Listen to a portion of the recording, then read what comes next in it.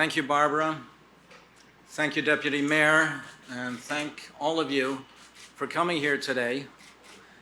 As Barbara mentioned, it's a team effort, and this is just a wonderful team we have over here.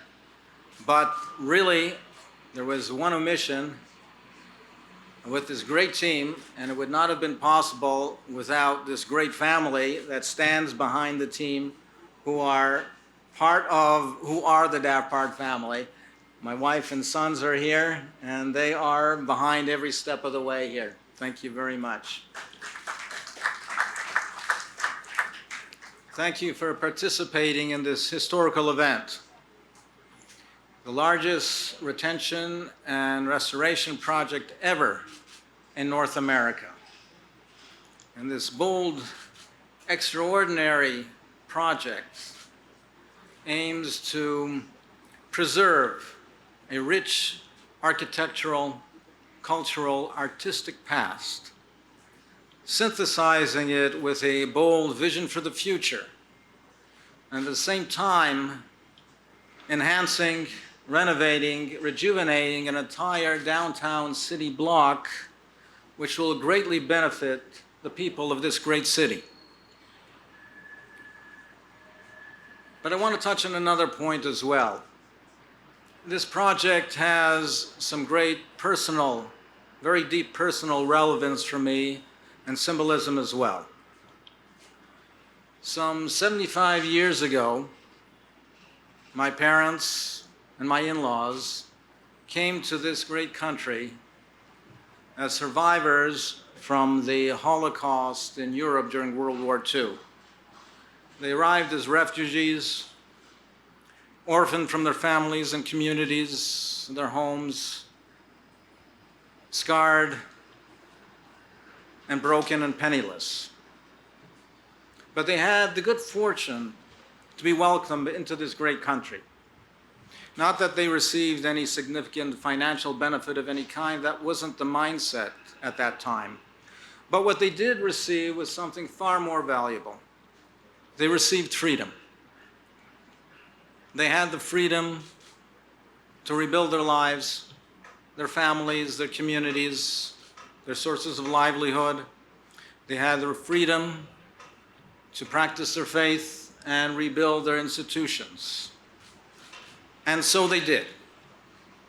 They did with their heart and soul, with their passion, with all their energy and vigor and integrity, retaining their cultural, religious past, but forging a new future, innovating, building higher.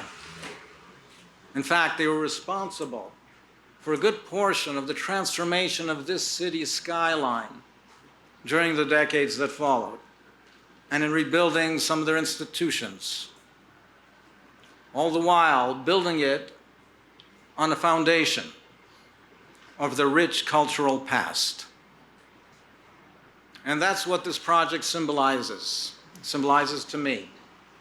Going forward, innovating boldly, but building it on our heritage, building it on our history, building it on a full awareness of where we come from. You know, when I was a kid growing up in the city in the 60s, one of the most iconic buildings was Maple Leaf Gardens. You know, for us kids, the home of the Toronto Maple Leafs, what was more an iconic building than that? And when I read once, long ago, that that building was built during the Great Depression, and it boggled my mind.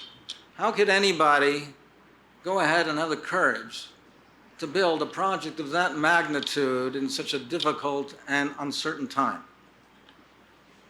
And here we are today, in a world turned topsy-turvy, shaken to its core, embarking on a bold, daring, ambitious, iconic project in the world, in the midst of a worldwide pandemic. But the legacy handed over to us is to go forward with courage and optimism and faith, even in the most difficult and uncertain of times.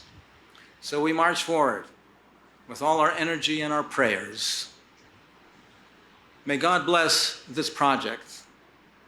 May it be a source of inspiration and confidence and hope for generations to come.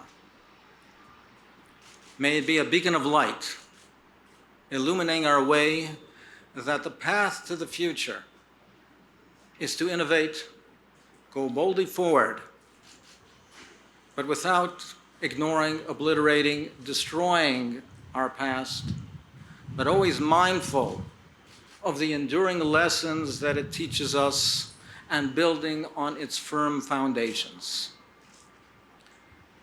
May God bless this great country and city and institutions that help foster our creativity, our ability to innovate and prosper and freely practice our faith.